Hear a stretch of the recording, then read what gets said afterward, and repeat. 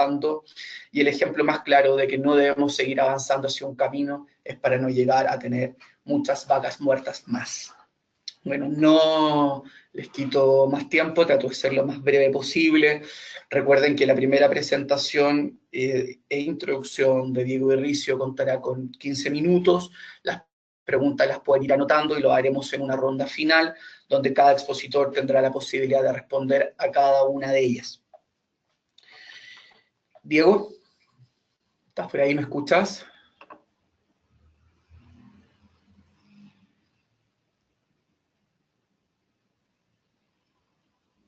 Juan Pablo, estamos teniendo unos problemas técnicos con Diego. ¿Podríamos empezar con la presentación de Gustavo y en cuanto resolvamos el problema con Diego, seguimos con él? Disculpa. Perfecto, ningún problema. Ningún problema. ¿Gustavo? Hola, ¿cómo se me escucha? Sí, te escucho, Gustavo. Disculpa que tengas que salir al ruedo así de improviso, pero solucionando lo de Diego avanzamos también, pero vamos contigo por esta parte con transformación y condiciones económicas sobre el fracking. Toda tuya la presentación. Dale, no sé si se ve las diapositivas. Por el momento acá yo no las veo. No, salen en breve. Esperemos unos segundos y ya están las diapositivas. Dale, si quieren voy comentando muy por arriba. Perfecto. Bueno, no, lo que nuestro trabajo de investigación está enmarcado en lo que son las transferencias económicas al sector hidrocarburífero argentino, entendiendo que estas transferencias son importantes justamente para el desarrollo de lo que es vaca muerta en Argentina. Obviamente las transferencias que nosotros calculamos, o cómo lo entendemos nosotros, tienen que ver con el sector en Argentina, el sector hidrocarburífero, no está estatizado como en otros países al 100%. O sea, la empresa de bandera, que es YPF, en Argentina, no controla el 100% de la producción, sino un 30%. Por lo tanto, el gobierno nacional, en un primer momento, el gobierno kirchnerista, me dio las posibilidades para desarrollar el sector a través de estímulos de precios, incentivando a las empresas privadas a que puedan justamente a que inviertan en el sector. El gobierno kirchnerista entendía que de esta forma, al aumentar el precio relativo que perciben las empresas, se iba a poder desarrollar el sector. ¿Por qué se quería en un primer momento, en la última etapa del gobierno kirchnerista, desarrollar el sector energético? Básicamente en Argentina se conoce como la restricción externa al flujo, a la escasa flujo de divisas que tiene el país, y el sector energético contribuye justamente a la restricción externa porque las importaciones de energética son abundantes. Entonces se buscó justamente aumentar la producción y de esa forma no depender de las importaciones. Bien, teniendo un poco de contexto, por esto mismo en el 2012 se nacionalizó YPF, y bueno, y por esto mismo también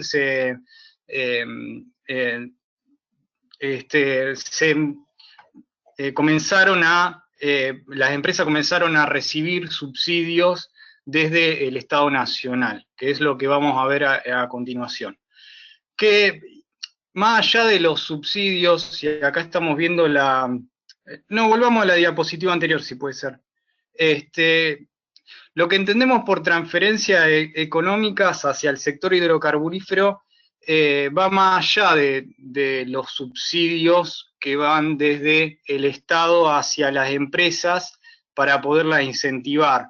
Nosotros entendemos que transferencia económica son todos los actos de gobierno que hacen que haya un cambio de precios relativo que favorezcan al sector. Que esto pueden ser subsidios directos, tanto del Estado Nacional, como pueden ser también cambios de precios de los hidrocarburos que se comercializan a nivel nacional. Por eso habría que tener una definición amplia de transferencia económica, no solo como entendida de que el gobierno aporta plata a las empresas, sino entenderla en forma bien amplia. Además, entendemos las transferencias económicas siempre en un contexto histórico y económico, porque si no, tampoco no se las puede entender. Después, cuando avancemos un poco, esto del contexto histórico ya obviamente lo voy a resumir muy acotadamente, pero vamos a ver por qué. De nuevo, los ingresos que perciben las empresas siempre es importante tenerlo en cuenta desde también qué rol juegan cada uno de estos actores, estamos hablando de las petroleras, para poder justamente beneficiarse con esos precios relativos. En ese sentido entendemos que el poder económico que tienen las empresas es muy grande y lo vamos a ver también a continuación. Por eso también decimos que muchas veces las empresas tienen de rehén al Estado. Por un lado tuvimos un Estado planificador en este sentido que quiso, estoy hablando del gobierno kirchnerista, que quiso alentar al sector energético a través de estas transferencias económicas, pero por el otro lado, el poder que tienen las empresas económicas para articular estas transferencias también lo tienen por rehén al propio Estado, que si no les otorga esos beneficios, estas empresas no producen más energía, justamente por eso. Entonces, por eso tiene un doble juego. Por un lado, el Estado está de rehén, y por el otro lado, el Estado en cierto momento planificó su estrategia. Bueno, ahora sí, sigamos por la siguiente diapositiva. Lo que nosotros más que nada queremos alentar es también un poco metodológicamente es cómo se pueden calcular estas transferencias económicas hacia el sector. Lo que hicimos nosotros fue de sacar información de varias fuentes, por un lado de lo que se denomina la cuenta de inversión, el presupuesto del gobierno, no solo se aprueban en cada uno de los años legislativos, sino que también se aprueba en todos los años lo que se llama la cuenta de inversión. La cuenta de inversión es lo que en verdad se ejecutó de lo que se presupuestó el año anterior. Entonces ahí podemos ver estas transferencias, cuánta plata fue hacia estas empresas. Por otro lado, podemos sacar información de los mismos balances contables de las empresas, las que cotizan en bolsa, presentan la información de cada uno de estos programas o de cada uno de estos subsidios directos que reciben del Estado, y se puede acceder a esos balances. Y por otro lado, muchas veces lo que tuvimos que hacer es, a partir de lo que se especificaba en las resoluciones que daban origen a los programas de estímulo a las empresas, muchas veces estos programas tenían cómo se articulaba este beneficio muchas veces era por cuestiones de mayor producción. Si las empresas producían más, se las incentivaba con estímulos económicos, y uno puede replicar, hacerse como si fuera parte de uno del Estado, y calcular a través de información oficial, de evolución de precios, de evolución de producción de cada una de las empresas, calcular uno mismo el programa, y ver en cada una de estas empresas cuánto dinero se le giraba. Entonces, de esas tres formas uno puede, o sea, desde los balances contables, de las cuentas de inversión y de los cálculos propios, uno puede darse una idea de estas transferencias estatales hacia las empresas. Lo que en verdad se ejecutó de las transferencias a las petroleras entre el 2000 y 2016 fueron 15.000 millones de dólares, y comparándolo con el presupuesto ejecutado de otros ministerios como el de Salud o el de Ciencia y Tecnología, que es lo que vemos en pantalla, el Ministerio de Ciencia y Tecnología en la Argentina ejecutó 6.500 millones de dólares y el de Salud 21.000 millones de dólares. O sea, está entre esos, las partidas tienen cierta relevancia, como vamos a ver a continuación. Si podemos pasar a la siguiente diapositiva. En términos, viéndolo por año, vemos que a partir de la estatización de YPF se articularon transferencias crecientes a las empresas. Esto siempre viendo las transferencias estatales, o sea, del Estado Nacional hacia las empresas. El último año, que es el año en el cual asume el gobierno Cambiemos, cambia un poco, como vamos a ver a continuación, cambia un poco el sentido de las transferencias. El gobierno de Cambiemos entiende, como lo denominamos nosotros, un gobierno neoliberal, entiende que el Estado debe retirarse justamente, y particularmente en el sector energético, el Estado lo que estaba interviniendo a través de la importación de hidrocarburos, y lo estaba subsidiando. O sea, el mismo gobierno estaba subsidiando al gas importado para distribuirlo en red a un precio menor al cual se lo importó. Entonces, la idea del gobierno de Cambiemos es justamente reducir el déficit, reducir sus subsidios. En lo que respecta a las transferencias hacia las empresas, tampoco no ha mermado, como vemos, en realidad cayó de 3.000 millones a 1.700 millones, pero el gobierno de Cambiemos entiende que todavía el sector hay que estimularlo, y no destrabó muchos de estos programas que todavía existen, que se dieron inicio durante el gobierno kirchnerista. Si podemos pasar a la siguiente. A partir del último año del kirchnerismo, lo que entendemos que hay tanto transferencia desde el Estado como transferencia desde los hogares o desde los demás sectores económicos.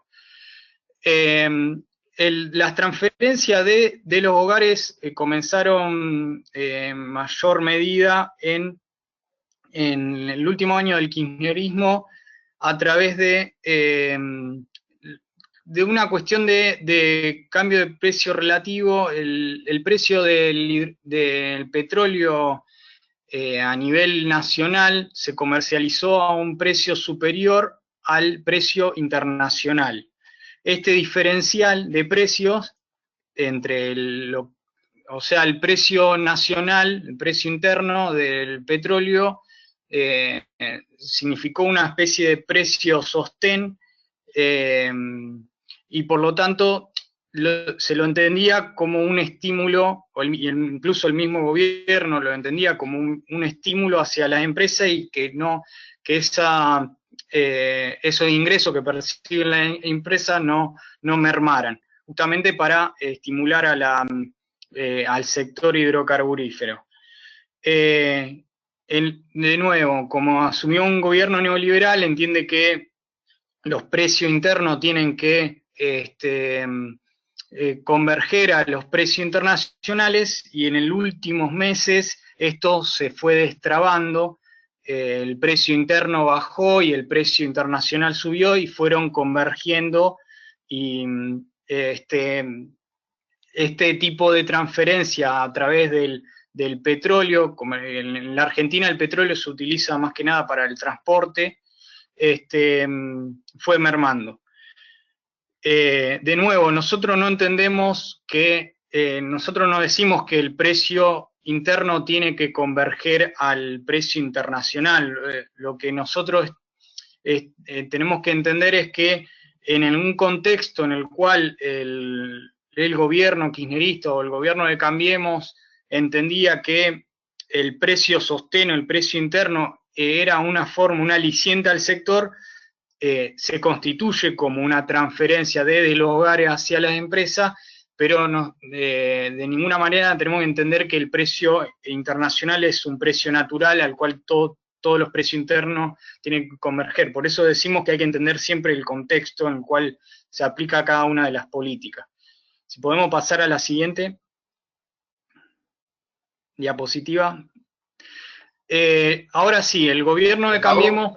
Sí, decime. Sí, ya van quedando 5 minutos aproximadamente, y aprovechar de decirle también a todos los participantes que pueden realizar sus preguntas por escrito también, y van a estar todo listo en cualquier momento, así que no es necesario que esperen hasta el final. Si quieren ahora van anotando y nosotros vamos registrando. Buenísimo. Eso, adelante. Bueno, el último año de Cambiemos, en el último año de Cambiemos existió lo que acá se denomina el tarifazo, que son aumentos de la tarifa del gas. Estos son aumentos que tienen que ver para reducir los subsidios que van hacia la importación de gas natural, convergiendo el precio interno con el internacional, pero de nuevo, en vez de articular esquemas en el cual se puedan, de precios de tarifas de subsidios cruzados, lo que hizo el gobierno fue aumentar el precio para todos los hogares, y esto significó pérdida, como estamos viendo, pérdida del poder adquisitivo en los hogares. Acá lo que hicimos en base a una encuesta, en la encuesta nacional de gasto de ingresos de hogares, es agrupar a la población en deciles, de los que menos ingresos tienen a los que más ingresos tienen, y vemos cómo esto repercutió hacia los hogares. O sea, los hogares de menos ingresos perdieron muchísimo más poder adquisitivo que los hogares de más ricos. Si podemos pasar a la siguiente. Si podemos. Acá lo que vemos es el peso que tiene la tarifa del gas en los ingresos por decil nuevamente de ingreso de los hogares, y cómo fue evolucionando en los últimos años, y particularmente en el último año de Cambiemos a través de estos tarifazos. De nuevo, todos los países suelen tener encuestas de gasto de ingresos de hogares, así que esto se puede replicar en otros países. De nuevo, lo que quería decir, esto se tiene que entender de nuevo en un contexto histórico de un gobierno neoliberal, a través de los ajustes y lo desigual que resultan estas políticas de austeridad. Podemos pasar a la siguiente, Filmina.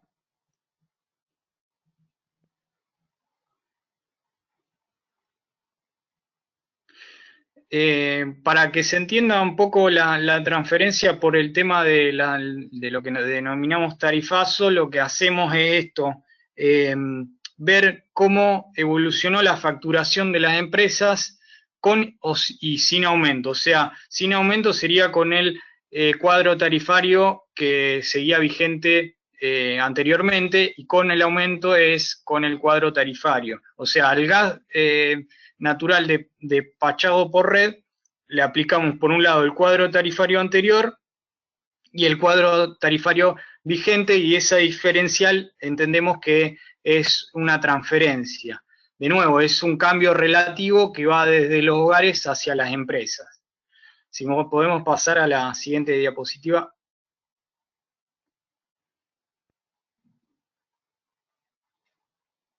Y acá podemos ver cómo evolucionaron estas transferencias en Argentina entre el 2008 y el 2016, y viendo cómo estas transferencias, quién las financia justamente, si el Estado o los hogares. El último año del kirchnerismo vemos que fue mayormente por el tema del precio del crudo. En el primer año del gobierno de Cambiemos tenemos tanto lo que denominamos transferencias por los tarifazos como el precio sostén del crudo. Estas transferencias significaron el 12% de la facturación en todo el periodo, pero particularmente en los últimos años significan el 48% de los ingresos, o sea que no es para nada despreciable. O sea, estas transferencias significan el 48% del ingreso de las empresas petroleras. O sea que, en parte, estos cambios de precios relativos, vemos cómo la incidencia que tienen hacia las empresas. De nuevo, estas transferencias significan casi 2 veces el total de gasto salarial del sector, de nuevo petrolero, así que tienen un sentido. Si podemos pasar a la siguiente. 2 minutos más. Ya vamos terminando. Okay. Dale, ya termino. Acá vemos de nuevo la evolución de la ganancia productiva de algunas de las empresas. En el último año, en el 2015, vemos que fue menor justamente por la evolución del precio del crudo a nivel internacional. El gobierno de Cambiemos, con las políticas del tarifazo, pudo recomponer la ganancia del sector. Si podemos pasar a la siguiente diapositiva. Y lo que vemos es que las empresas en el último año, en el 2016, están invirtiendo muchísimo menos. Esto entendemos que es justamente por una actitud bien rentística de las empresas, o sea, ganan más, invierten menos, o sea, están ganando con lo que invirtieron anteriormente. Por eso decimos que tiene una concepción rentística del hidrocarburo en la Argentina en la actualidad. Y ahora pasamos a la siguiente diapositiva y vemos la evolución de la creación de empleo.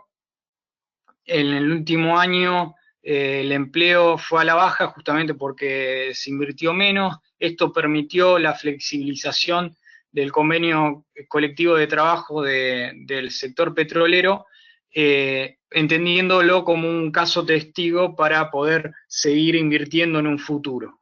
Así que bueno, eso es todo. O sea, la idea era ver un poco esto, las transferencias y cómo las empresas han actuado en consecuencia a las transferencias de ingresos. Muchísimas gracias. Gracias a ti, Gustavo, por la presentación. Solamente recordar que mientras los expositores están realizando su presentación, de igual forma, todos y todas quienes nos escuchan pueden ir haciendo sus preguntas vía chat, que les debe aparecer al costado de su pantalla, y nosotros vamos registrando para luego de eso hacer una ronda general de preguntas. ¿Cómo estamos con Diego? ¿Va? ¿Diego? Sí, estamos. Bueno, vamos. Sí, se escucha. ¿Todo bien? Cuando quieras. Bien. Bueno, muchas gracias y buenos días. Mi nombre es Diego Irricio, soy del Observatorio Petrolero Sur, parte de EGES, plataforma que hemos creado con Taller Ecologista, del cual, bueno, Gustavo ya estuvo desarrollando, digamos, cuál viene siendo alguna de las líneas de trabajo. Un poco la idea ahora era compartir líneas generales de cómo se está desarrollando el megaproyecto Vaca Muerta y cómo entendemos que son los principales inconvenientes y algunas de las principales tendencias, y en este punto, como Gusti ya dijo en un primer momento, digamos, estamos hablando de un proyecto que tiene por lo menos 5 años y que una de sus características principales es la flexibilidad en cuanto a adaptación a estos contextos históricos cambiantes, del cual Argentina obviamente no es determinante, ¿no? Sino que se entrelazan un montón de dimensiones geográficas y temporales de las cuales también hay que dar cuenta. Por eso es importante, digamos, remarcar de que si bien voy a estar dando ejemplos y voy a estar desarrollando algunos puntos, es importante tener en cuenta que no estamos tomando una fotografía. De ninguna manera podemos describir de forma tan clara o tan sin ahondar, o sería necesario ahondar en muchos matices para entender efectivamente qué es Vaca Muerta y el proceso que viene generando. Entonces, por un lado, arrancaría con una descripción, una caracterización del megaproyecto, y después ahondar en lo que son algunas implicancias que se vienen registrando en diversos planos. Entonces, para arrancar con qué es el megaproyecto, si podemos pasar a la próxima diapositiva, una de las puntas, digamos, que uno de los principales puntos es que, como ya decía Juan Pablo antes, es una nueva frontera tecnológica y extractiva que se está buscando poner en gran escala de producción. Decimos esto, digamos, porque a partir de la introducción hace 10 años del paquete tecnológico que se conoce como fracking, que es la fractura hidráulica, la perforación de pozos horizontales y la producción en factoría, es que se crean condiciones tecnológicas para la explotación de yacimientos que antes no eran rentables, ¿no? Que son los no convencionales, especialmente de lutitas y de arenas compactas, o shale y tight. También decimos que es una bomba de carbono por el gran impacto a nivel climático que podría tener una explotación masiva en este caso, y como vamos a ir viendo más adelante, si bien, digamos, uno de los puntos centrales es la extracción de hidrocarburos, lo que vamos analizando y lo que vamos tratando de que se discuta es que estamos hablando de un megaproyecto. Entonces, que la extracción es una parte y los pozos son un momento de una cadena de valor y una cadena de producción muchísimo más amplia de lo que hace a la extracción misma de los hidrocarburos, ¿no? Entonces, para esto tenemos que tener en cuenta no solamente lo que se da territorialmente en parte de la Argentina, digamos, sino también cómo se va a ir ampliando hacia el cono sur, como también cómo se tienen en cuenta otros países. Con respecto al quién, como desarrolló Gusti, si en un primer momento con una fuerte empuje por parte de la empresa de bandera, YPF, digamos, comandando diversos proyectos extractivos, como también desarrollando y diseñando infraestructura. Hoy en día, digamos, y a partir también, digamos, de las mismas políticas del kirchnerismo y mucho más, digamos, por parte de que Cambiemos, no es posible centrarnos únicamente en un actor, sino que el Estado Nacional de diversas formas ha creado condiciones de posibilidad para la inserción de empresas internacionales, tanto de origen nacional como de origen de otros lares, para que puedan llevar a gran escala la explotación de este recurso, digamos, ¿no? Básicamente acá el punto, digamos, que se busca con la faceta internacional, uno, es la provisión de financiamiento. Si bien obviamente los diagnósticos varían, digamos, el escenario que dilucida el gobierno son 10.000 millones de dólares de inversión anual sostenida por lo menos más de una década para que el proyecto pueda lograr cierta viabilidad económica. Entonces estamos hablando de fondos que en un país periférico como la Argentina no pueden de ninguna manera tener un origen estrictamente nacional. Y por otro lado, sí, decimos que hay empresas estatales o empresas bajo control estatal como YPF y la provincial GIP.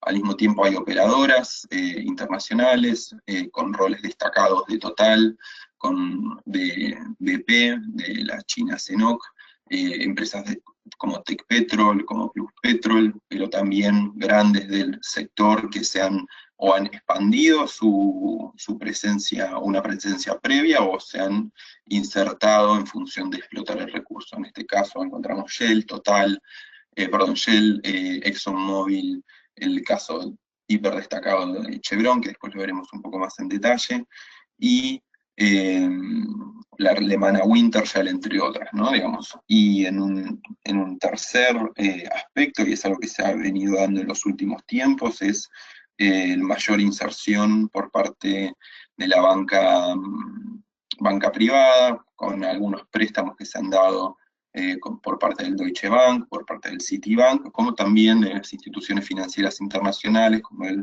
Banco Interamericano de Desarrollo, para lo que es el diseño y reconversión de la ciudad de Añelo, que es una ciudad en la provincia de Neuquén, donde justamente lo que se buscó fue reconvertir urbanísticamente la ciudad para ponerla en función de la explotación de los hidrocarburos, y también en este caso el Banco Mundial, como también hay otro subgrupo, digamos, que serían por parte de gobiernos extranjeros, y en este sentido los convenios firmados con el Departamento de Estado de Estados Unidos para lo que es capacitación, para lo que es efectivamente el diseño de políticas públicas, también tiene que ser tenido en cuenta. Decimos que es una compleja red porque este conjunto de actores no solamente se articula con sus figuras jurídicas tradicionales, sino que también con figuras ad hoc creadas específicamente para la explotación de vaca muerta, donde, como voy a ejemplificar un poco más, y donde Gustavo ha investigado mucho, digamos, se han creado complejas estructuras offshore justamente para canalizar flujos de inversión, tanto hacia adentro como hacia afuera, como también bloquear responsabilidades o potenciales ataques en el capital el caso sonante fue el caso de los afectados de Ecuador, pero también, digamos, como otras potenciales ataques por contaminación o por cualquier otro tipo de delito que puedan llegar a cometer en estos casos.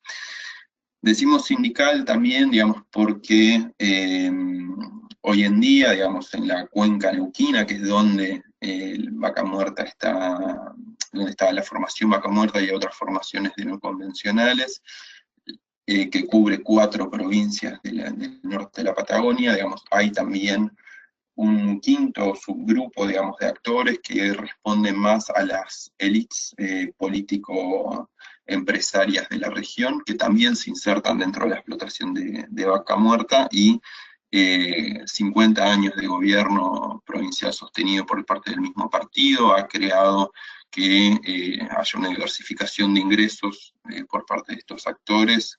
Entonces tienen en muchos casos, y se ha dado de público conocimiento, algunas empresas ligadas o el presidente del sindicato de petroleros, o al ministro de Energía, etc.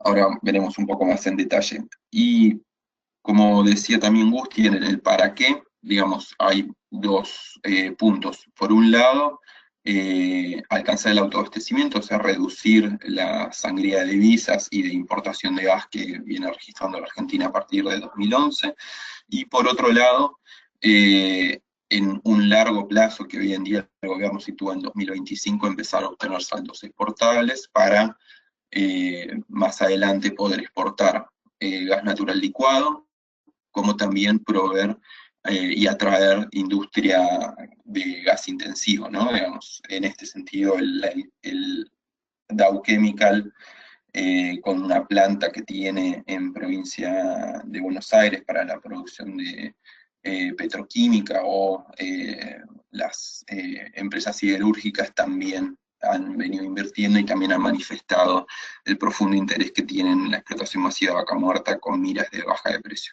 Si pasamos a la próxima filimina.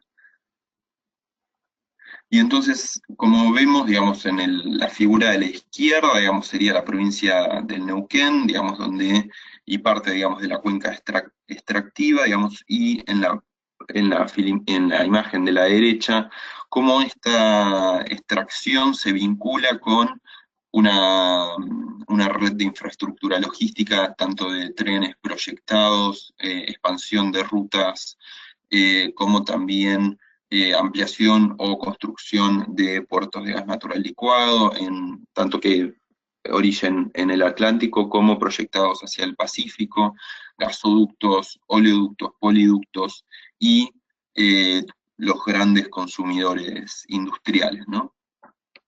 Si también decimos que es un megaproyecto tras un megaproyecto, es porque en función de la reducción de costos, y esto es lo que se viene registrando también en función de la expansión de infraestructura, es que haya producción doméstica de algunos insumos claves. Y uno de estos insumos claves que es estructurante, digamos, para poder obtener mayores niveles un mayor nivel de viabilidad económica, es la extracción de arenas silíceas, que es el agente sostén que se utiliza en el fracking, y por eso en los últimos años se ha ampliado y ha empezado a extraer arena en el centro de la Patagonia, como también en la zona del litoral vecina al Uruguay, y esta arena que se consume en grandes cantidades, hoy en día se está proyectando que se movilice a través de trenes.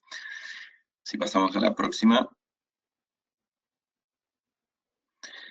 Estos son algunos gráficos de los que ya Gusti estuvo hablando, pero también, digamos, algunos de los resultados productivos, digamos, porque si bien Vaca Muerta decimos que es incipiente, digamos, estamos con 5 años de desarrollo, el impacto, y con un poco más de 1.500 pozos, o sea que de las decenas de miles proyectados todavía estamos en una etapa muy temprana, con muy pocos proyectos en etapa de explotación. El impacto, digamos, en los volúmenes de extracción, sobre todo en gas, pensemos casi un 20% a nivel nacional, no es menor, ¿no? Y como ya también decía Gusti, el consumo de gas principalmente se piensa en residenciales, como también en hogares, perdón, como también en consumo industrial. Si pasamos a la siguiente. Y tratando de entender, digamos, lo que implica, hay dos grandes tendencias. Una que vemos críticas, ¿no? Una de concentración de riqueza y poder, y por otro lado, una degradación socioambiental. Con respecto a la primera, y si pasamos a la siguiente, digamos, hay una serie de tendencias generales, marco exclusivo de beneficios, o sea, y en este sentido, a partir de reformas de la ley de hidrocarburos, a partir de la emisión de decretos exclusivos de regímenes promocionales, lo que se han creado es el marco jurídico que da seguridad justamente, digamos, y da inserción del marco institucional al nuevo paradigma. Para esto se han extendido los tiempos de concesión, se han introducido diversos beneficios económicos, que es lo que ha desarrollado Gustavo antes, digamos, desde las transferencias económicas, tanto como subsidios como reducción impositiva, como también, digamos, una de las cuestiones que Gustavo desarrollaba, digamos, en cuanto a la necesidad de mejorar metodológicamente cómo diagnosticamos esto, es que mucha de la información, digamos, que se tiene que ir construyendo y se tiene que ir empezando con muchísima dedicación, ¿no? Entonces no es tan sencillo obtener de forma fina, y como también esto es central para cualquier tipo de diagnóstico y cualquier tipo de estrategia política, cuáles son justamente actores involucrados, flujos, intereses, etc. Y por otro lado, digamos, muy relacionado a esto, digamos, es que hay buena parte, digamos, de elementos necesarios para caracterizar y para poder diagnosticar el problema que efectivamente no conocemos, ¿no? Digamos, y en ese sentido, digamos, cuáles son los alcances contractuales totales, digamos, estamos hablando de casi 200 áreas a nivel de extracción, otros tantos nodos de infraestructura, digamos, cuáles son efectivamente las implicancias de cada uno de estos, es algo que desconocemos. También, digamos, cómo se están estructurando, digamos, todas estas capas de dimensiones y todas estas capas de actores, y por otro lado, qué implicancias a futuro tiene, ¿no? Digamos, o sea, si estamos diciendo que hay mayor nivel de generación de deuda, también, digamos, cómo se está estructurando esta deuda, quiénes van a ser efectivamente los que pagan, bueno, eso también es otro de los puntos que no sabemos. El punto acá, digamos, como también, digamos, manifestó Gusti, digamos, es que hay ganadores y perdedores en un contexto de baja capacidad de accountability y acceso a la información por parte de la sociedad argentina. Si pasamos al próximo. Esto es lo que desarrolló muy bien Gusti y todos los economistas que vienen trabajando en esto, así que pasamos al siguiente.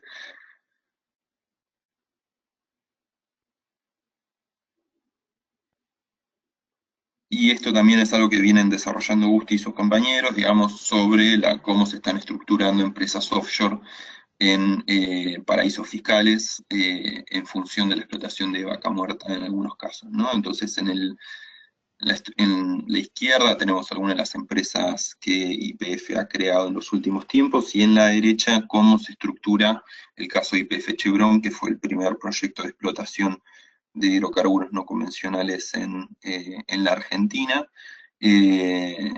donde, si se llega a ver, digamos, hay una interconexión entre YPF y Chevron, no a partir, digamos, perdón, en el caso de Chevron, no a partir de su subsidiaria directa, que es Chevron San Jorge, sino a partir de Compañía de Hidrocarburos No Convencionales, CRL, una empresa que crean directivos de YPF y que a partir de una serie de préstamos prendarios terminan teniendo como a Chevron como controlante final, ¿no? Digamos, este caso es súper interesante y creo que cualquier pregunta útil puede llegar a dar mayor nivel de información. Si pasamos al siguiente.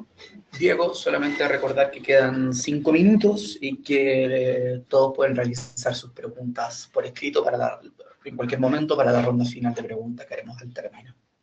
Perfecto, voy rapidísimo entonces. Y por otro lado, si pasamos a la siguiente, también hay otro grado de implicancia a nivel territorial, que es una degradación socioambiental ampliada. Por un lado, como decía antes, Neuquén es un sitio de extracción histórico de hidrocarburos con más de 100 años, pero básicamente los no convencionales lo que hacen es, hay una ampliación geográfica y una intensificación de la técnica. Esto por el nuevo paquete tecnológico que se introduce con el fracking. Si pasamos a la siguiente. Entonces, hay, por un lado, digamos, una expansión, digamos, hacia una serie de territorios, que ahora los vamos a desarrollar un poquito más, pero aquí el punto, digamos, es que la degradación se intensifica, digamos, por la carencia de controles con el que está respondiendo el Estado. Pensemos que solamente hay un decreto, digamos, por parte de la provincia de Neuquén que regula la actividad, si bien se anunció en la reforma de la ley de hidrocarburos en 2014, la ley nacional, de que se iba a trabajar sobre un nuevo marco de control ambiental, esto no ha pasado. Y se han registrado más de 20 accidentes, varios trabajadores han muerto, digamos, en las operaciones, se han registrado desde roturas de caños y contaminación, pozos prendidos fuegos, pérdida de pastillas radioactivas, accidentes de tránsito donde se han volcado residuos químicos, y al mismo tiempo, digamos, la inserción de grandes cantidades de plata y también la concentración de hombres con muy buenos sueldos, lo que ha implicado también es el incremento de problemáticas preexistentes, como puede ser el tráfico de mujeres y el tráfico de drogas, como también para el conjunto de la población de la Norpatagonia, un incremento sideral de sus costos de vida, ¿no? Digamos, o sea, pensemos en vivienda o servicio, o el acceso a servicios ha tenido un impacto muy grande para el conjunto de la población, que es efectivamente la minoría la que trabaja el petróleo y el gas.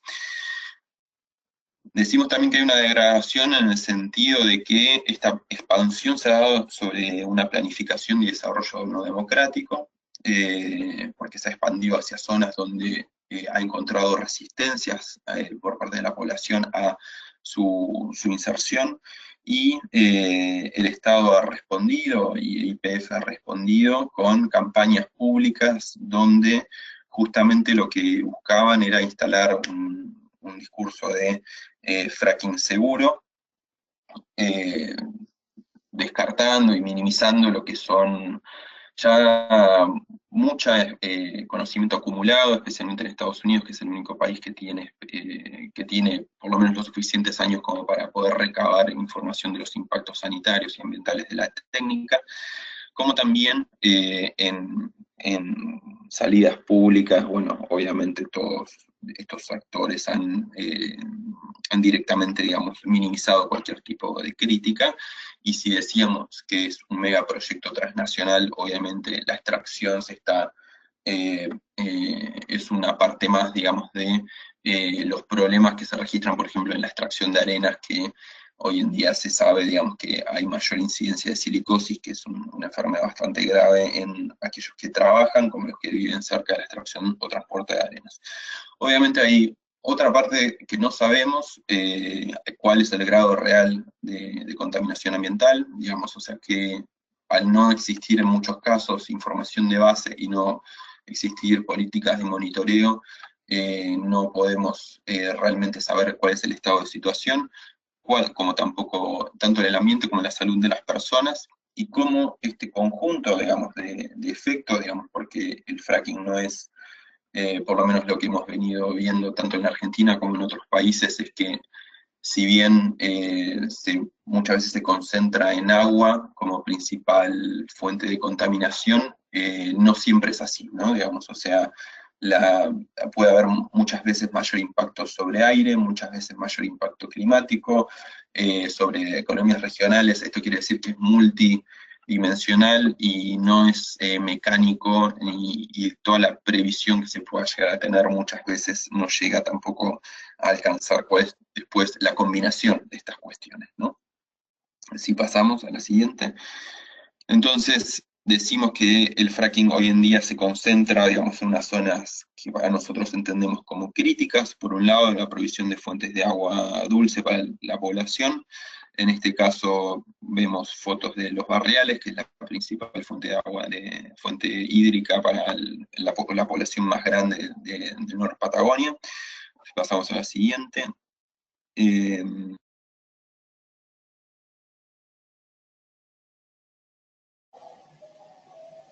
Hola.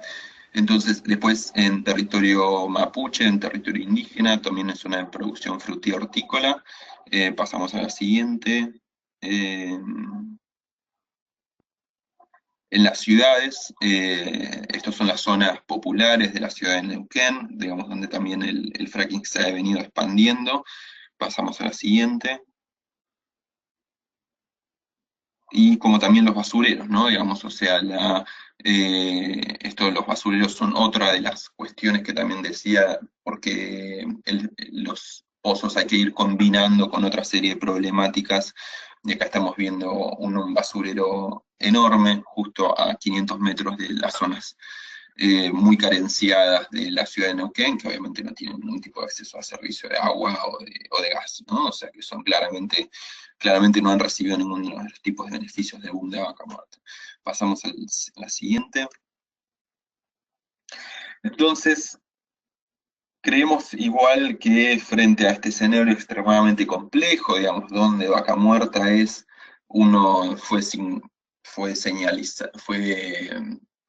según la Agencia Norteamericana de Información Energética, como el yacimiento de mayor potencial por fuera de Estados Unidos y Canadá, donde Argentina ocupa de entre los principales lugares, digamos, de potencial de recursos, donde hay todo este conjunto de intereses y tramas corporativas y extremadamente complejas. Igual creemos que a pesar de todas estas, entre comillas, datos objetivos, digamos, de interés, en estos 5 años, digamos, lo que hemos venido registrando, digamos, es que la vaca muerta avanza de una forma muy lenta, o por lo menos muy lenta de lo que se estaba esperando, y una de las principales razones es sus altos costos, ¿no? Digamos, o sea, vaca muerta hoy en día en tanto megaproyecto sigue teniendo altos costos, especialmente también con la inserción de renovables, bueno, y con otras competencias de fuentes.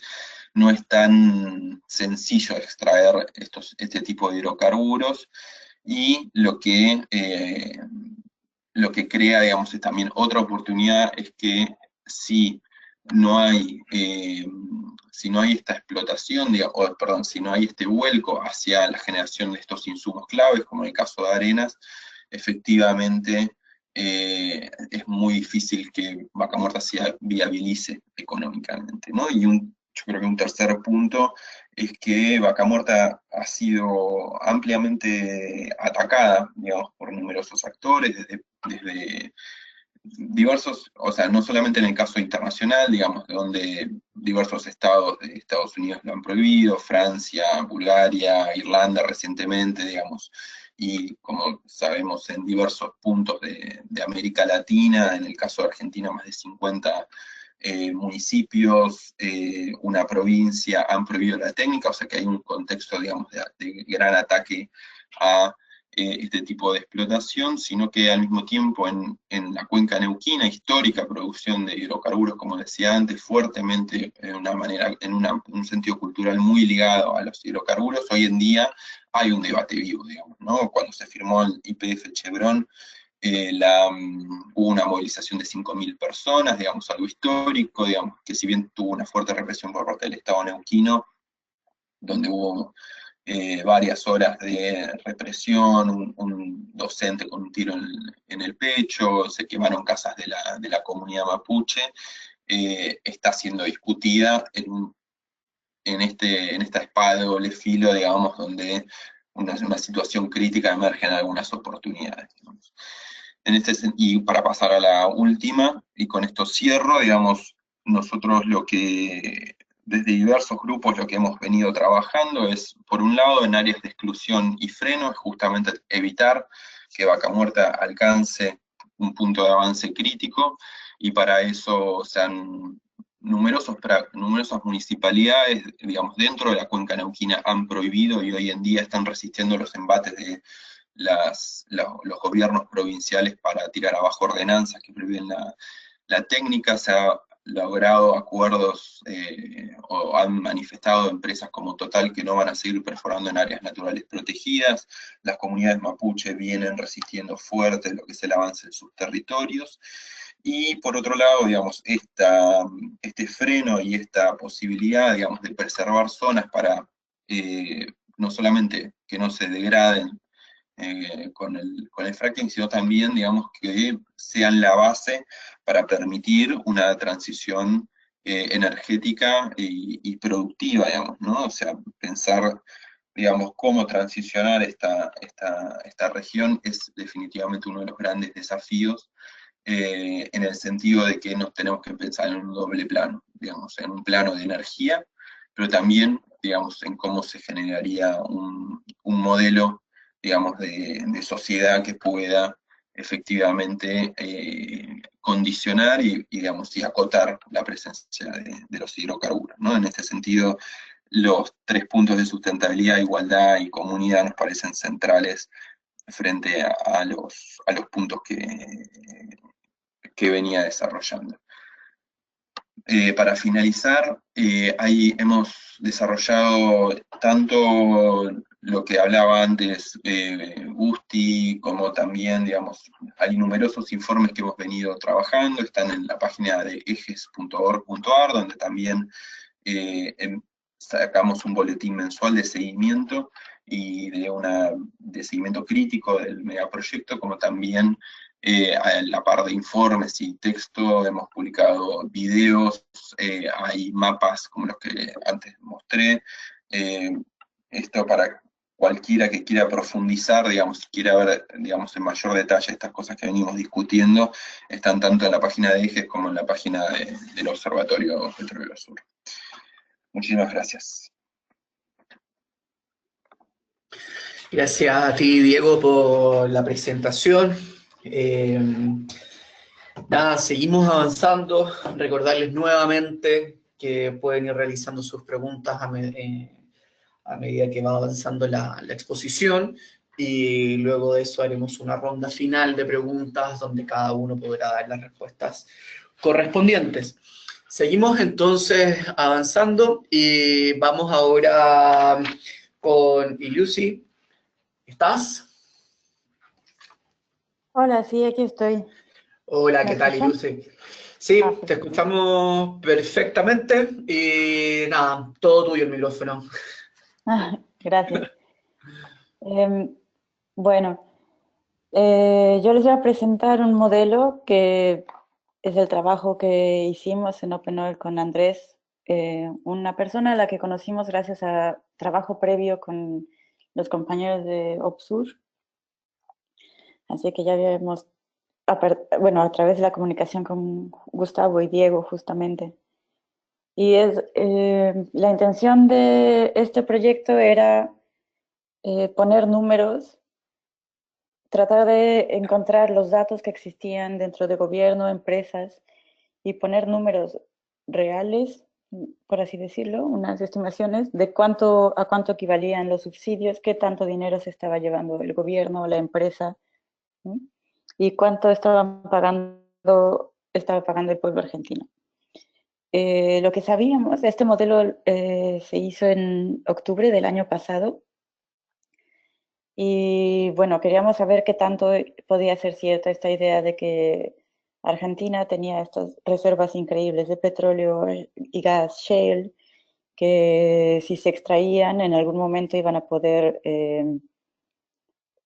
realizar esta transición energética, ser autosuficientes en términos energéticos, ¿no? Y bueno, con conocimiento anterior sobre cómo funciona un poco la industria del gas y el petróleo shale en otros proyectos que habíamos realizado anteriormente, pues es que estas cifras sonaban muy optimistas, ¿no? Si podemos pasar a la siguiente. Esto es un poco lo que ya habían dicho Gustavo y Diego, generalidades. Bueno, entonces empezamos a buscar información, primero sobre los subsidios, para poner números a cuál iba a ser el subsidio al barril de petróleo y el subsidio al gas y cuánto tiempo iban a durar. Entonces teníamos estas cifras de por qué surgen los subsidios, y es que había un precio inicial del shale de $120 por barril. Este se estanca en algún momento en 65 y en 2006, y entonces dicen ya los subsidios son necesarios. Y después, dado el panorama de precios internacionales y discusiones al interior del país, tenemos que en enero se extienden a 2020. Hasta este momento toda esta información es la que tenemos incorporada en el modelo que les voy a presentar. El modelo que realizamos trata de responder a estas preguntas. ¿Qué tan rentable es el proyecto y a cuánto equivalen dichos subsidios? ¿Podemos pasar a la siguiente, por favor? Entonces, para responder a la primera pregunta de qué tan rentable es un proyecto, en términos generales uno tiene que saber cuánto va un escenario, un pronóstico de cuánto se va a ganar con las ventas y cuánto va a costar desarrollar el proyecto. Y en algún momento hay un balance entre el dinero que entra, el dinero que sale del proyecto y cualquier cosa que pase de ganancias que sobrepasen eso, el costo del proyecto serán, producirán un proyecto viable, económicamente viable. Entonces, para poder responder si el proyecto es viable o no, económicamente redituable o no, tendríamos que conocer los costos del proyecto y cuánto se espera ganar. ¿Podemos pasar a la siguiente, por favor?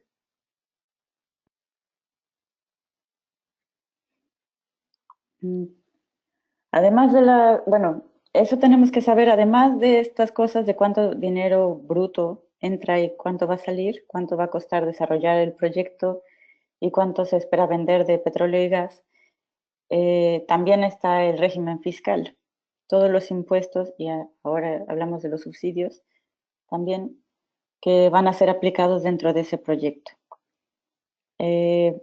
Lo que sucede en realidad cuando hacemos un modelo es que tomamos el estado del régimen fiscal en un momento, pero además del régimen fiscal que se aplica a los proyectos en general, a todos los proyectos dentro de un país o dentro de un sector, existe negociación interna constante.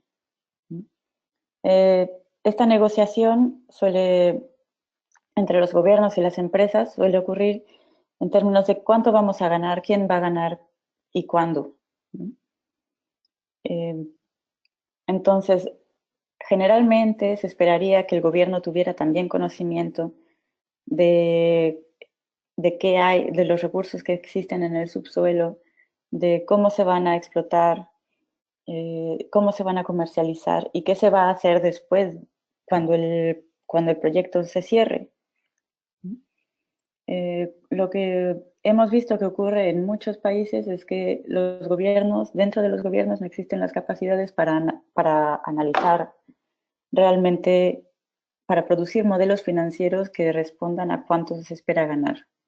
Muchas veces las negociaciones mismas de los sistemas fiscales, de los regímenes fiscales, se hacen sin pleno conocimiento de ningún modelo.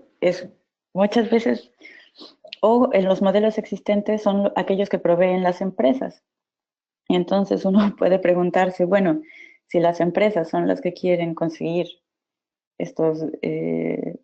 los permisos para desarrollar estos proyectos y ellas mismas son las que producen los datos con los que van a convencer al gobierno, ¿no? Realmente esto, ¿de dónde viene el conocimiento o la decisión de que un gobierno va o no y bajo qué términos?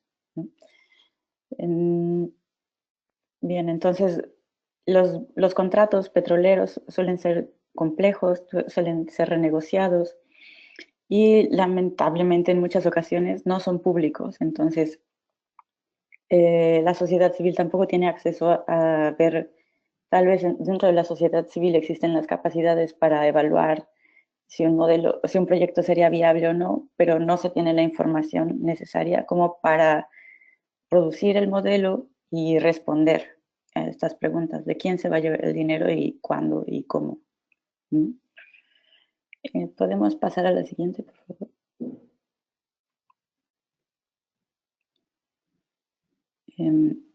Bueno, y en el caso de Argentina, de este proyecto en particular, nos ocurrió lo mismo.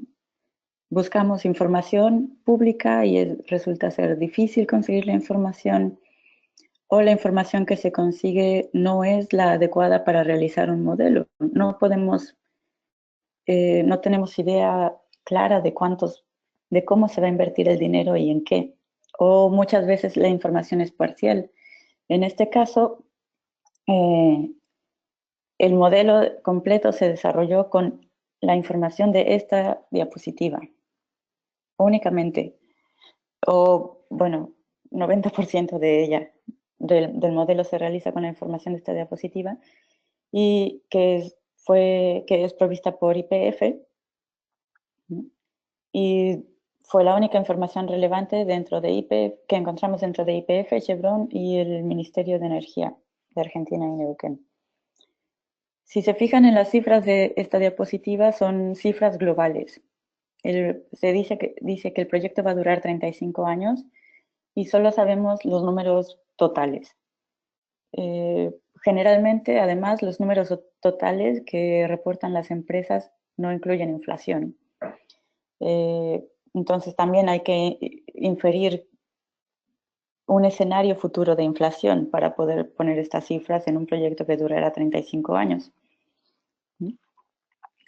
Y bueno, teniendo estas cifras, esta diapositiva como única fuente de información, entonces tenemos que crear, y aquí viene la parte complicada, que fue complicada, pero fue una maravillosa sorpresa o como descubrimiento, ¿no? Que es una cuestión de imaginación y de clavarse a ver cómo funciona la industria, ¿no? Dicen, va a haber una producción de 750 millones de barriles de petróleo equivalente total en los 35 años. Entonces, hay que diseñar un pronóstico de cuánto se va a producir cada año. Los gastos operativos, que son para mantener en funcionamiento las instalaciones. Es igual un total y hay que plantear un escenario. Lo mismo para la producción. Dice que va a haber un plató en la producción, o sea que en algún momento se empieza a producir, la producción crece y ahí se estanca durante cierto tiempo. Y después la producción cae y lleva al cierre de las instalaciones. Bueno, entonces tenemos solo las cantidades globales y información sobre el régimen fiscal. ¿Podemos pasar a la siguiente, por favor?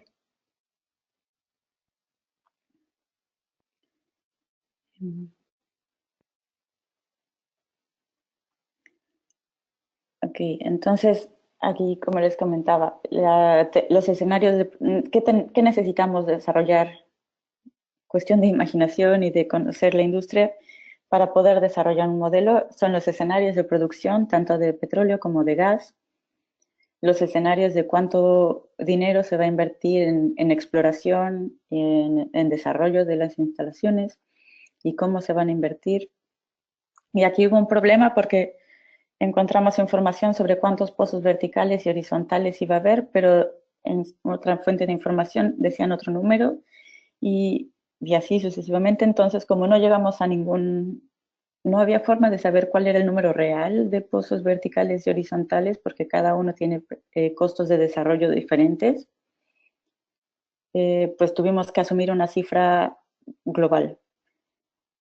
Después, los costos operativos también había que asumir, que crear diferentes escenarios, y lo que tenemos claro es el régimen fiscal, que de todos modos es una cosa que hay que recordar que se renegocia constantemente. Como no es, como sería ingenuo pensar que podemos crear un conjunto de escenarios que describan perfectamente qué va a pasar, ¿no? La alternativa era crear tantos escenarios como pudiéramos a partir de información que conocíamos de artículos periodísticos o de gente que está en la zona y que conoce del tema, ¿no? Al final había 18 variables que había que controlar y con esas 18 variables se produjeron 3 escenarios. ¿Podemos pasar a la siguiente, por favor?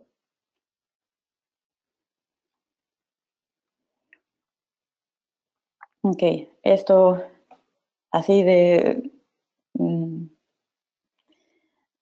poblado de letras, como se ve, era lo que había que poner en orden dentro del modelo. El escenario en general dice, va a haber subsidios a petróleo y a gas. Vamos a asumir que hay un precio interno, un precio internacional constante en el petróleo, cosa que obviamente no es realista, ¿no? Que la producción de gas tiene, eso implica cierto costo en la precio en la producción de gas, cuál va a ser la tasa de producción, cómo van a hacer, cómo se van a distribuir los costos del desarrollo de las instalaciones, cuáles van a ser los impuestos, cuánto cuesta mantener operando las instalaciones cuando se produce gas y petróleo. Y además incluimos otra cosa que es la tasa de descuento y costos de decomiso, que es el cierre de las instalaciones, que es algo que no, de lo cual no teníamos información y que no se incluía en las diapositivas de YPF, pero que siempre hay que incluir, porque una vez que empiezas el proyecto hay que cerrarlo y eso cuesta a veces muchísimo dinero. Bueno, son los números del escenario principal. ¿Podemos pasar a la siguiente, por favor? Como una nota, la tasa de descuento es importante incluirla y no encontrábamos mención de cuánto. La tasa de descuento es algo así como una medida de riesgo de invertir en ese tipo de proyecto.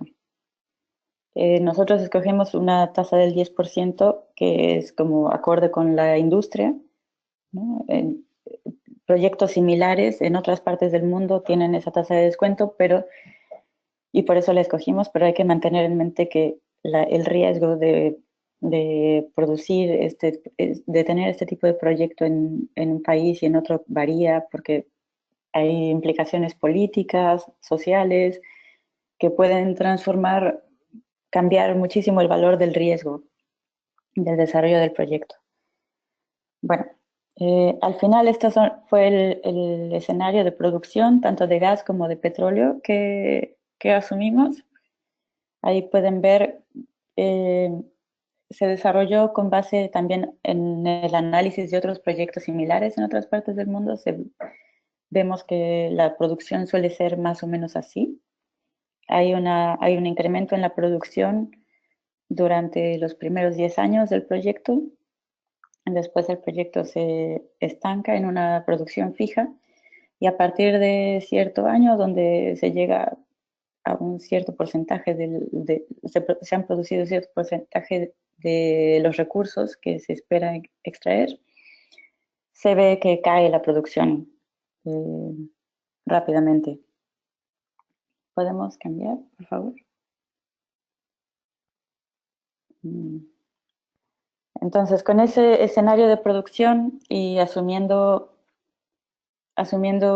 los costos de cuánto cuesta producir cada barril de petróleo y en el gas de barriles de petróleo equivalente, le damos un costo a cada barril y entonces como ya tenemos la producción y asumimos un tipo de precios, podemos llegar a estas gráficas que dicen cuánto va a ser el total de costos a lo largo de la historia del proyecto, cuánto van a ser las ganancias, porque tenemos el pronóstico de precios, y los flujos de caja, que sería los ingresos menos los costos. Ya teniendo esto, se le puede aplicar el régimen fiscal y podemos analizar qué pasa con los subsidios. ¿Podemos pasar a la siguiente, por favor?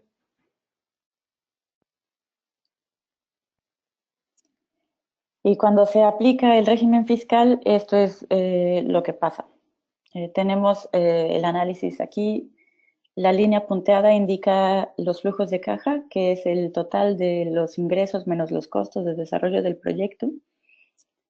Y ahora vemos cuánto dinero espera obtener el gobierno de estos. ingresos, ¿no?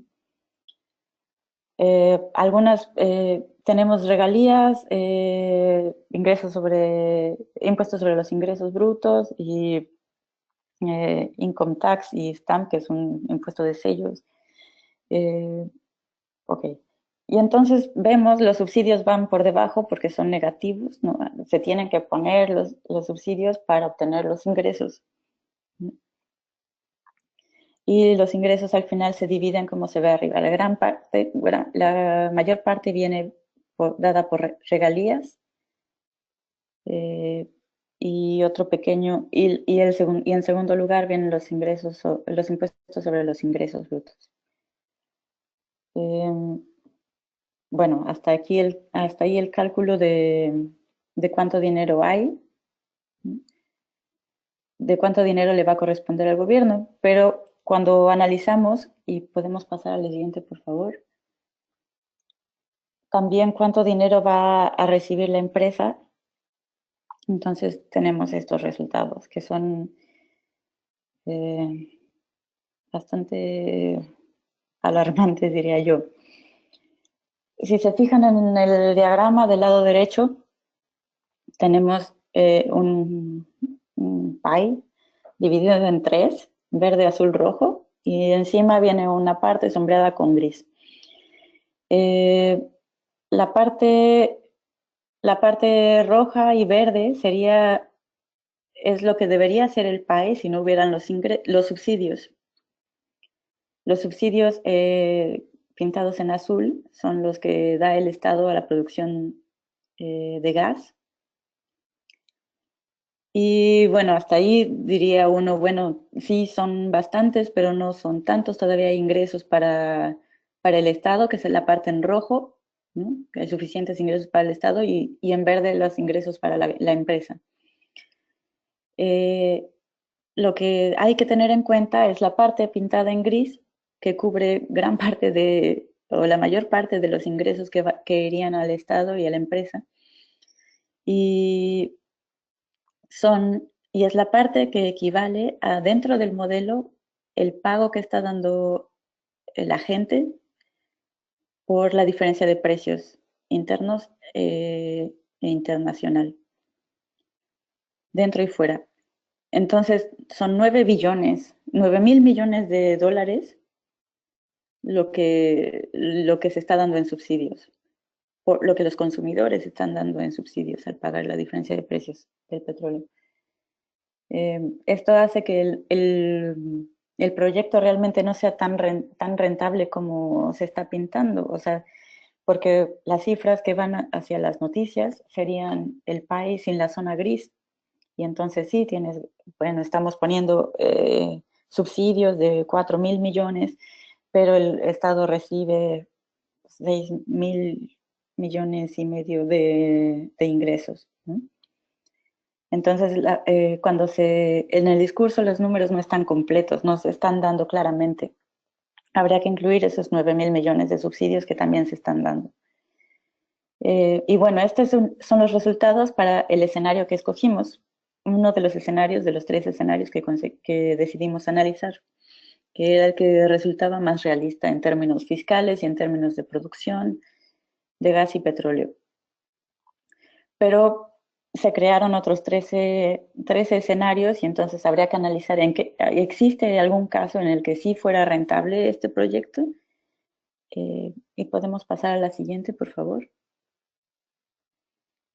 Y entonces estos 13 escenarios asumen, ok, entonces ahora vamos a ver si se reducen los costos del desarrollo de las instalaciones, si se mantienen los subsidios o no, si el precio internacional se comporta y el precio nacional se equiparan, y entonces obtenemos estos resultados. El escenario que les mostré anteriormente es el escenario 3, en donde estas son cifras en miles de millones de dólares. Por encima de la línea horizontal serían proyectos rentables, por debajo no rentables, y los números indican cuántos serían los ingresos de la empresa en dado caso. O sea, porque hasta el momento hemos dicho no le conviene al Estado, tampoco le conviene O sea, si contáramos los subsidios, si quitáramos los subsidios y viéramos el pie completo con la zona gris, roja, verde, azul,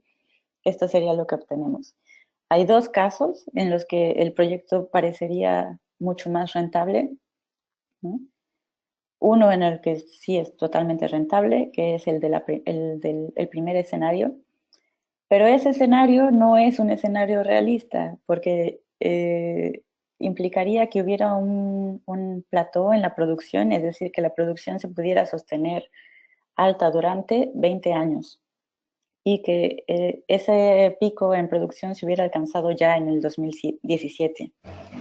Que además se mantuvieran los subsidios y que los precios del petróleo fueran altos y así se mantuvieran siempre durante toda la vida del proyecto. Entonces, pues como vemos, no parecería incluso cuando solo hablamos del dinero que entra y sale para el gobierno, no parecería un proyecto rentable. Ya te preguntas entonces por qué se maneja así. ¿Sería porque el gobierno adentro no tiene las capacidades para analizar este tipo de escenarios o porque son otras motivaciones, ¿no? Y pasamos a la última, por favor.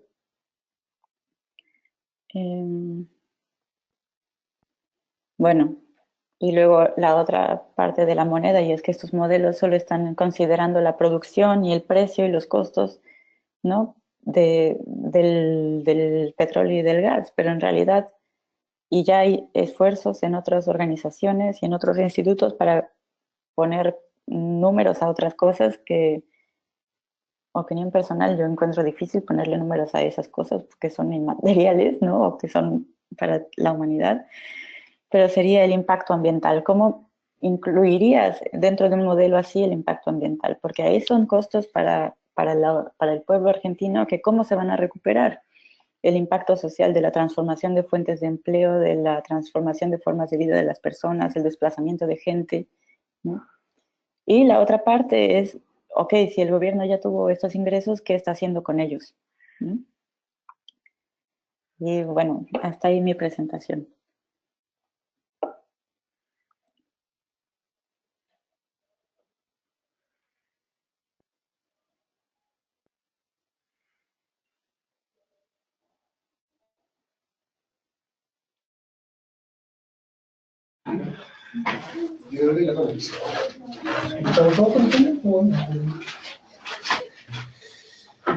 ¿Me escuchan?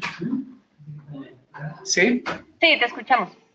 Perfecto, muchas gracias, que estaba con algunos problemas de conexión, pero damos las gracias a Ilusi por su presentación. Bueno, seguimos con algunas preguntas que ya nos han llegado, pueden seguir mandando.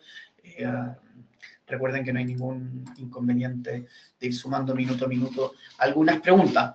¿Les parece entonces si vamos primero con una ronda de preguntas hacia Gustavo, que inició en este caso la exposición? ¿Les parece? Bueno, tenemos la primera pregunta. Dice así: ¿esos datos de los gastos de gas son de la zona de Vaca Muerta o a nivel internacional? Segundo, ¿por qué con menores transferencias el gobierno anterior apoya con todo Vaca Muerta? ¿No? En el 2015 el precio del crudo bajó y aumentó la inversión según el gráfico. Esto se debe a los incentivos de la baja misma del crudo, que exigió más inversión para mantener la cuota de extracción y ganancias. La otra pregunta: ¿la desinversión de las empresas en el 2016 es global? Una de las... no, esas por el momento, Gustavo. Los otros son algunos comentarios que hacemos luego. ¿Gustavo? Hola, sí, ¿respondo? Sí, si quieres que te la repita, me vas avisando y no hay ningún problema. Dale. La primera era si las transferencias eran por Vaca Muerta. Las transferencias claro, sí, son de Vaca eran por Muerta Vaca Muerta a nivel internacional. Exacto. Las transferencias son hacia las empresas independientemente de dónde produzcan, si en vaca muerta o por fuera de vaca muerta. Son transferencias hacia las empresas que producen en Argentina. O sea, son transferencias que o bien da el gobierno nacional a las empresas privadas y a YPF también, que es estatal, porque por lo menos el 51% de YPF es estatal. Durante el gobierno kirchnerista la idea era justamente fondear a las empresas para que aumenten su inversión. Lo que vimos, y relacionado con el tema de la inversión, lo que habíamos visto era que la inversión crecía durante los años el gobierno kirchnerista, o sea que en términos de las lógicas del propio gobierno kirchnerista, de que quiso transferirle a las empresas para que pudieran invertir, lo logró, fue exitoso, o sea que incluso la producción de no convencionales y la producción global creció en Argentina a través de estas transferencias. La desinversión de las empresas es...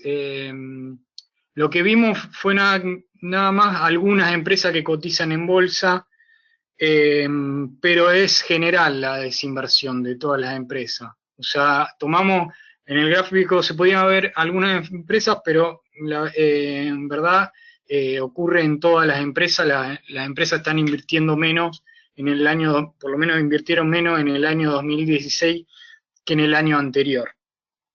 Después no recuerdo bien la segunda pregunta.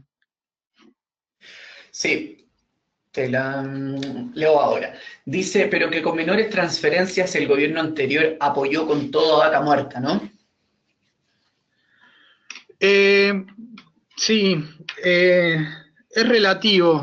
En parte, discursivamente, el gobierno quería mostrar que justamente las empresas podrían llegar a invertir en Argentina, y eso se vio solamente, por lo menos en términos discursivos, de que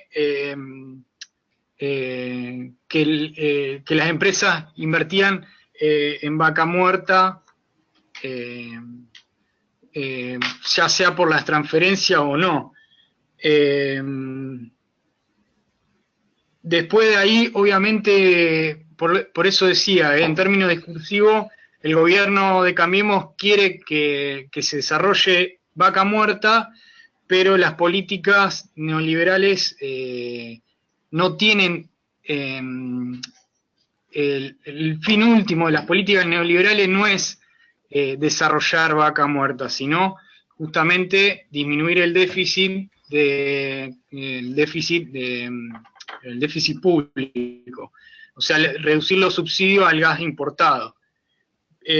Pero, como vimos, tampoco, por un lado, si bien es un objetivo neoliberal de reducir las transferencias, por otro lado, tampoco logró o quiso reducirla a la nada misma, porque justamente el poder que tienen las empresas petroleras, y más aún que el gobierno lo integran los propios CEO de las empresas, el gobierno actual, ¿no? Eso no se destrabó.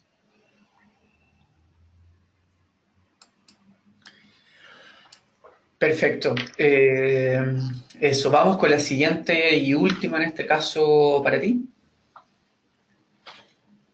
Dale. Dice, ¿la desinversión de las empresas en el 2016 es global o hay sectores como la explotación que incrementó? Lo que supondría una aceleración de la explotación de vaca muerta con las consecuencias ambientales correspondientes. No, esto es lo que decía antes, o sea, hubo desinversión en todo el sector en el 2016. Esto tiene que ver por varias razones. Por un lado, el precio internacional el precio del crudo internacional se encuentra a la baja, O sea que las empresas ven una de perspectiva económica poco viable el desarrollo de Vaca Muerta, porque los costos de los pozos no convencionales son mayor que los convencionales.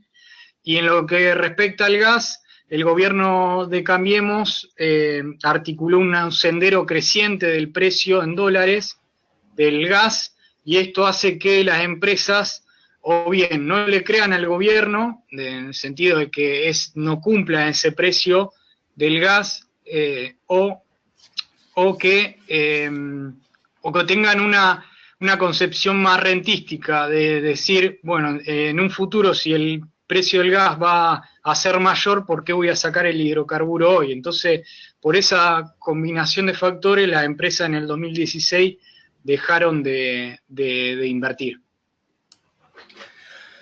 Hecho. Os voy sumando una más, Gustavo, ya que nos van llegando. Dice, en una de las diapositivas, en las láminas presentadas por Diego, se detalla esquemáticamente la relación de Chevron y YPF. A través de empresas offshore, se menciona que YPF responde como prendaria. Último eslabón YPF SRL. ¿Qué significa qué implicancia tiene específicamente este compromiso? Lo que ocurrió fue que Chevron quería invertir, pero que su figura comercial y su empresa no se vea comprometida. Entonces lo que hicieron fueron articular un entramado en paraísos fiscales, en el cual intervienen empresas de YPF como si fueran o actuaran reglamentariamente a través del propio contrato que firmaron con Chevron. O sea, todas estas empresas que son empresas fantasmas, básicamente, actúan en reflejo de lo que se firmó en el propio contrato. O sea, no pueden tener otra actividad que no sea la acordada con Chevron. O sea, actúan como si fueran un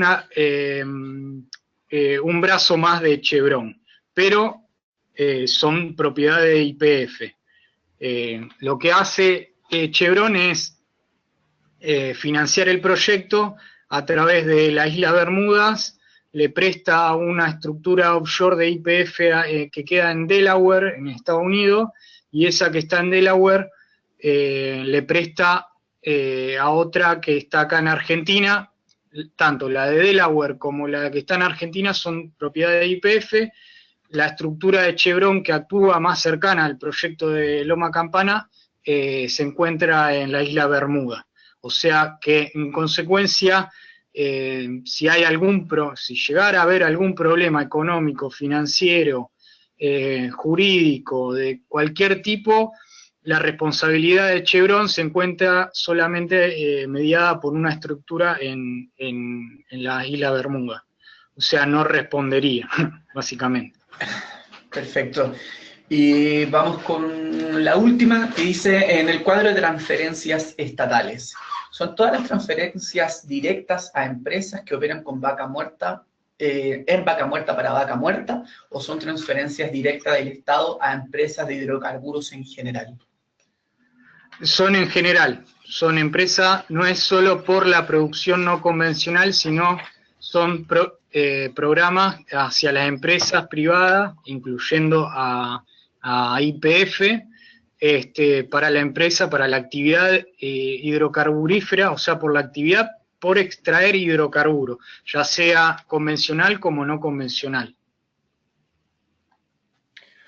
Hecho. Gracias, Gustavo. Con eso terminamos la ronda de preguntas en específico hacia ti. Vamos con Diego. ¿Estás por ahí? Sí, acá estoy. Bueno, Diego, vamos con la primera. Dice, se habla de que las empresas chinas tienen estándares socioambientales más bajos que las otras. ¿Ustedes ven alguna diferencia entre las formas de operar del SNOP de las empresas chinas y de las otras operadoras? La verdad que no. Recordar igual, digamos, de que estamos en la gran mayoría de los casos en en primeros pasos, ¿no? Digamos. Y en ese sentido, digamos, no... Creo que muchas de las diferencias también vienen dadas del diferente estadio de avance que tenga cada proyecto. En este caso, la empresa china más es socio minoritario, así que no es los que están liderando esos proyectos particulares, sino que es en la división, por lo menos interna, pública, son las contrapartes argentinas. Perfecto. Seguimos con la segunda, entonces. ¿En el litoral tiene identificado de dónde exactamente proviene la extracción de arena? Concretamente, en la imagen que se señala de Hualahuay, quisiera saber si tiene identificado quién es la empresa proveedora y cómo entiende que esto debería relacionarse con la prohibición de fracking que existe por la ley desde este año en Entre Ríos. No entendí la última parte, perdón. Vamos de nuevo, dice, quisiera saber si tienen identificado, ¿ya? ¿Quién es la empresa proveedora y cómo se entiende que esto debería relacionarse con la previsión de fracking que existe por la ley desde este año en Entre Ríos? Ah, ok. La empresa y cantera es algo que estamos terminando o sea, ya hemos volcado parte de la información en el informe que está en la página de Ejes. Ambos puntos, digamos, también están identificados, y lo que estamos tratando de identificar con mayor precisión es las empresas, y en eso estamos en diálogo con organizaciones entrerrianas. ¿Cómo se debería relacionar? Yo creo que a nivel, por lo menos, de análisis y de estrategia, tendrían que tener una íntima relación con lo que es el compromiso que ha tomado Entre Ríos de dejar de lado, digamos, la explotación de no convencionales. En términos jurídicos, obviamente, entiendo que no hay ningún tipo de relación, no soy abogado, por lo cual también hay que tomarlo entre pinzas, pero creo que ya los pasos extremadamente positivos que ha tomado Entre Ríos dan algunos condimentos muy interesantes como para seguir discutiendo este tema, ¿no? Buenísimo. Seguimos entonces. Esta pregunta dice así, Diego. ¿Saben si en los EIA de los pozos no convencionales se toman de base el estado actual de suelo y agua? En muchos casos ya degradados en demasía por la explotación convencional, ¿o qué línea de base se toma para medir una futura remediación tras incidentes? Tendrían que tomarse, así lo establece la regulación nacional y provincial, líneas de base en esos aspectos. Y acá hay dos puntos. Uno, que ha sido, si bien es información pública, tendría que ser de fácil acceso para todos. No es el caso. Los estudios de impacto ambiental, que son informes, acá se llaman, ha sido muy dificultoso acceder, y lo hemos hecho a través más que nada de contactos informales con gente que trabaja en el Estado, y en los casos donde se ha dado acceso, ingenieros ambientales y especialistas en la materia que estudian y han estudiado esos casos puntuales y en el contexto general, han manifestado que desde las líneas de base, que son copia y pega que los vienen utilizando desde siempre, o sea que no hay efectivamente un estudio sólido de líneas de base, y por otro lado con muchísimos errores, ¿no? Con introducción de especies, por ejemplo, que no son de la zona, etc. Ahora, de estos casos particulares, digamos, que estoy hablando, a una lectura general, creo que falta mucho. Especialmente por un lado por la falta de acceso a la información, y por otro lado por las carencias que presenta la misma autoridad de regulación. Perfecto, buenísimo. La siguiente dice, ¿por qué sitúan el inicio de desarrollo en Vaca Muerta en el 2012? ¿Qué sucedió en el periodo 2010-2012? 2008 se dan los primeros pozos no convencionales, pero son sobre arenas compactas, que son otras formaciones, de la cual Vaca Muerta en este caso es de lutitas. Situamos en el 2011, sí, o sea, y si bien, digamos, se viene discutiendo con varios años antes, digamos, o sea, ya en la creación incluso de la empresa estatal neuquina GIP ya se está hablando de las nuevas fronteras. 2011 es un punto de quiebre, por un lado, porque se publica este informe de la Agencia Energética de Estados Unidos, donde rankea a los países en potencial de recursos, y Argentina aparece en lugares en segundo para el gas y cuarto para el petróleo. Y por otro lado, porque Repsol hace un anuncio de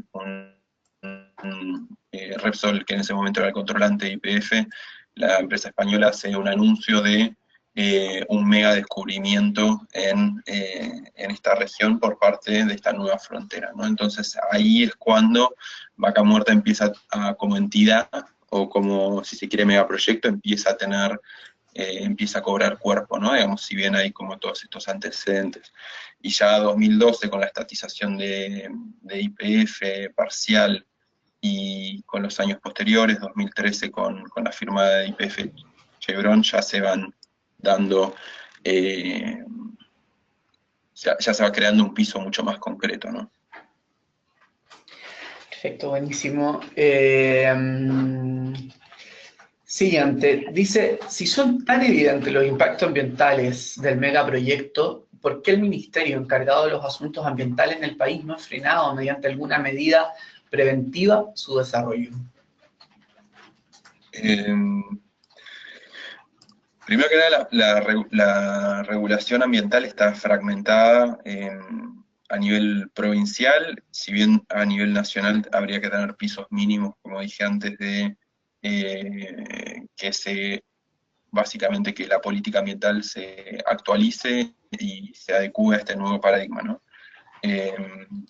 Por otro lado, se han frenado algunas cosas, pero también hay que tener en cuenta esta colisión de intereses y esta prioridad absoluta que es la explotación de recursos.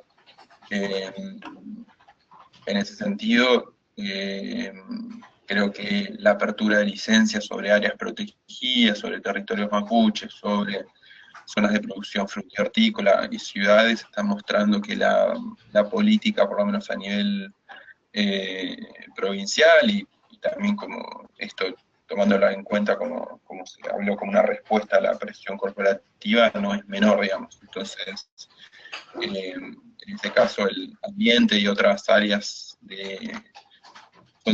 actúan en general por detrás o de forma subsidiaria a la prioridad de explotación. Así que es básicamente una cuestión de correlación de fuerza. Perfecto. Última, Diego, dice, ¿se surtió el proceso de consulta previa con la comunidad mapuche para el desarrollo del megaproyecto, entendiéndolo de acuerdo con el convenio 169 de la OIT? Sí, y me quedé pensando con respecto a la pregunta anterior, que termina pasando es que cada eslabón se presenta de una forma fragmentada. Entonces esta lectura que nosotros hacemos de cada proyecto, si bien es algo que a nivel productivo y de diseño de económico está, a nivel ambiental no ha tenido la misma réplica, ¿no? Entonces, a nivel ambiental, por ejemplo, cada informe de impacto ambiental es sobre un pozo y no hay impacto, no hay estudio de forma acumulada y demás. Entonces, esa atomización, digamos, de la visión ambiental es un punto también a tener en cuenta. Y con respecto a la consulta, no se ha implementado en ninguna de las comunidades afectadas, y de hecho que es el Estado, en este caso el responsable, no ha tenido ningún tipo de... o sea, y por años han negado la existencia de la comunidad, de forma muy reciente se le ha otorgado personalidad jurídica, y hoy en día todavía no tienen la titulación completa de las tierras, si bien en el proceso de disputa se reconoció varias miles de hectáreas que le correspondían a la comunidad, ¿no? Entonces, la discusión en cuanto a los pisos mínimos estamos bastante lejos de que de forma previa se instrumente como una consulta. Perfecto. Gracias, Diego. Con esa terminábamos la ronda de preguntas directas. Iliusi, ¿estás por ahí?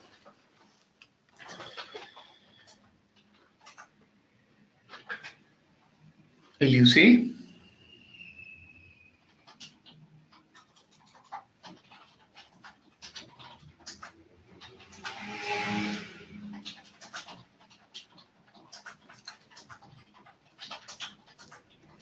Iliusi, hola. Bueno, avanzamos por mientras se conecta Iliusi con ronda de preguntas de carácter general que puede responder cualquiera de ustedes.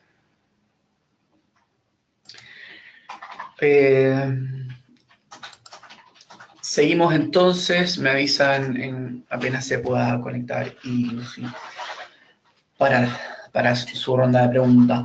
Dice, pregunta sobre las estrategias de resistencia.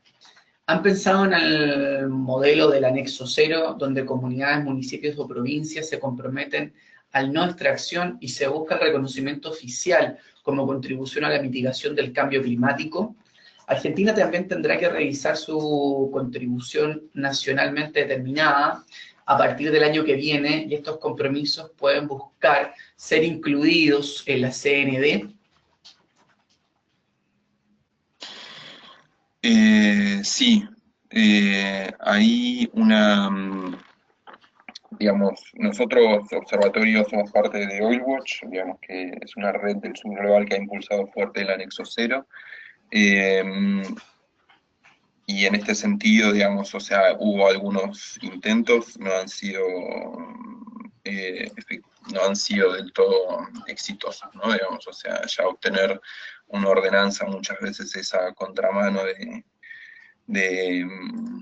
y se hace con muchísima resistencia por parte de todo el mundo, entonces seguir dando pasos en ese sentido no ha sido tan fácil. Y con respecto a temas de cambio climático hoy en día, una diferencia que también hemos notado en los últimos tiempos es que Vaca Muerta, al cambiar de foco de petróleo a gas, por numerosas razones, pero una de las cuestiones que también entran dentro de la batería de, entre comillas, justificaciones, es la menor contribución en términos de gases de efecto invernadero. Entonces, el gas como combustible puente ha entrado de forma muy fuerte en la narrativa gubernamental. Obviamente que está contestado, o sea, tiene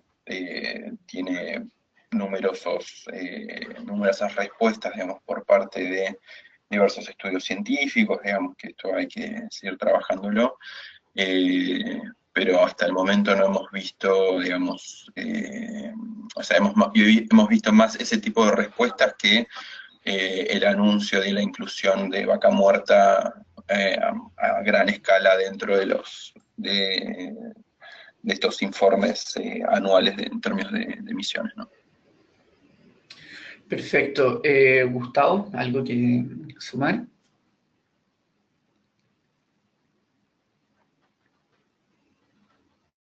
No, por el momento no. Perfecto.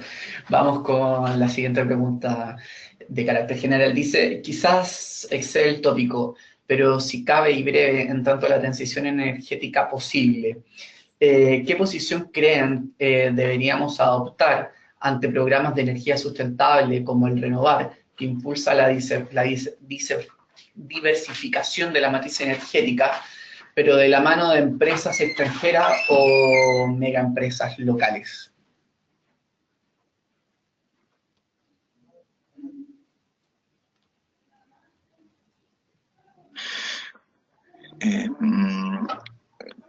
Renovables, para los que no son de Argentina, es un programa que se implementó en los últimos tiempos, digamos, que busca justamente diversificar fuentes a partir de la introducción de renovables no convencionales. Nosotros, al menos en nuestra lectura parcial del tema, y creo que ahí Pablo Bertinat de Taller Ecologista ha tenido muchísima más análisis, y bueno, le hemos hecho entrevistas y pueden encontrar un montón de artículos de él en internet.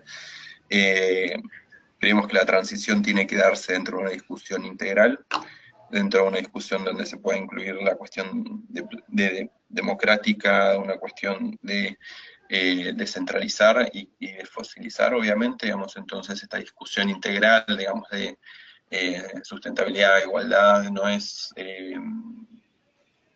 los tres pilares tienen que ir juntos, ¿no? Digamos, entonces, creo que es positivo que se fosilice la matriz, indudablemente. Lo que también hay que discutir es consumo y el para qué, digamos, ¿no? Qué modelo de sociedad o qué modelo de desarrollo estamos impulsando con cada una de las fuentes. Si esperamos mecánicamente reemplazar una por la otra, creemos que ahí vamos a tener también otros problemas y van a surgir otros inconvenientes a futuro. Perfecto, gracias Diego. Tenemos ahora sí conectada a Lucy, ¿cierto? Sí, aquí estoy. Estás por ahí. Bueno, buenísimo. Vamos con tu ronda de preguntas y con eso ya cerramos. ¿Te parece? Sí, Tenemos dos preguntas. okay. La primera dice, ¿cómo se puede involucrar un ciudadano argentino que no vive en el lugar en la lucha contra vaca muerta y cuáles serían las motivaciones principales que lo lleven a hacerlo? Bueno, como yo lo veo es que hay muchas formas de implicarse, porque es un trabajo que la industria petrolera está haciendo cosas muy similares en todo el mundo, entonces tú puedes ayudar. En el caso argentino, si quieres realizar, por ejemplo, este tipo de modelos como el que presenté, puedes contactarnos y empezamos a armar un proyecto, ¿no? Podemos ver si podemos armar un proyecto o consiguiendo datos, también esa es otra cosa muy importante. A veces los datos se pueden conseguir por peticiones al gobierno para que abra información. Eso es súper importante. Mientras más peticiones haya, más presión tendrá el gobierno de abrirlo en algún momento, ¿no? Y también más enterar a la gente que lo tiene que hacer, de que es bueno hacerlo, pues. ¿No? Es todo parte de, yo lo veo como la lucha por la transparencia, ¿no?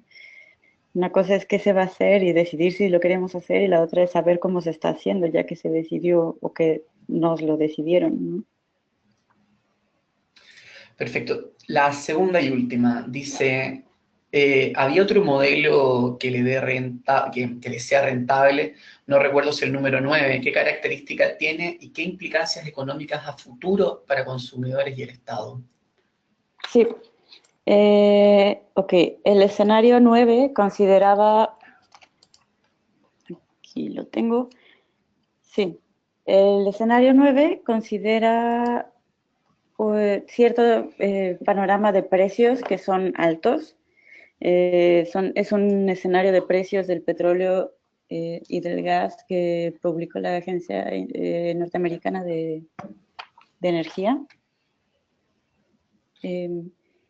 La otra diferencia sería con el escenario número 9. Sí, la tasa de descuento aplicada es diferente. Pero fuera de eso sería, sí, básicamente es el escenario de precios. Y una disminución en los costos operativos para el gas y petróleo.